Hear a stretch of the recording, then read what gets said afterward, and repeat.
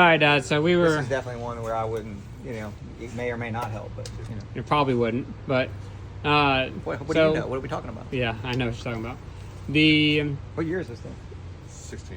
16 with 120,000 on it. Yeah, Silverado.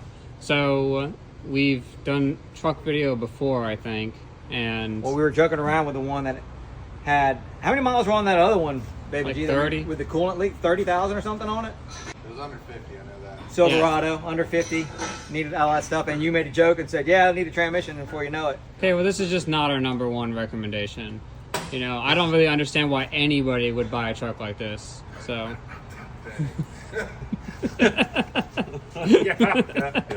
When'd you put your transmission in, Chris? At 104. Yeah. they are problems. They're kind of like, I don't know if they're at the level of the Nissan CVTs, but they're really They're bumping up on They're it. up there, but they're not that. They're not quite there. They're getting You close. could guarantee every The single Nissan CVT is gonna guarantee. Okay, this. you got a higher 80%. problem. I was gonna say 80. Yeah. I would say 80. I don't know. I'm sure GM has the number. Yeah. But I'm sure they have a failure. We've had some at some low miles. We had Nissans with like 30 or 40 back then. Derek, what's the lowest mileage one you've done on the Chevys? It was like 47,000 miles. Oh. Try to light duty as much as they possibly can. It's all about gas mileage. I keep harping on it. It's all about gas mileage. Light duty. Even that 10-speed. I mean, it's about gas mileage. Yeah, the right? 10-speed's They're on not the building side. a 10-speed because they want to. No, I'm going 85 miles an hour down the highway, and I'm at like 1,500 RPM. Yeah, you're at I mean, idle. It's nice, but it's like nice on the fuel mileage. But Yeah.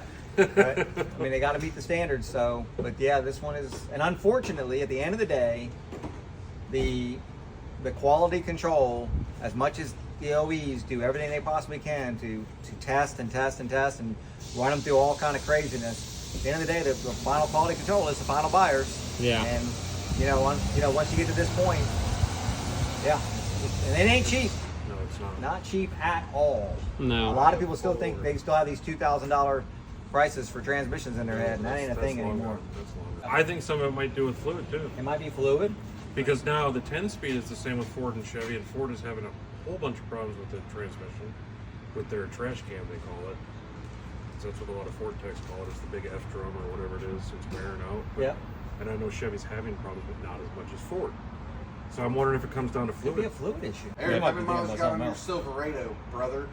200,000. I never serviced the Yeah. transmission. But I 4L60. was gonna say that's a 4L60. 60. Yeah, that's different. That's still Okay. bad. Everybody calls them bad. 4L slip? Well, they Still were bad? they were usually good for about 150. See, They you were know- also a you know lot what happened cheaper there? to. You know what happened? Everybody called those bad, and then they were introduced to bad. Okay.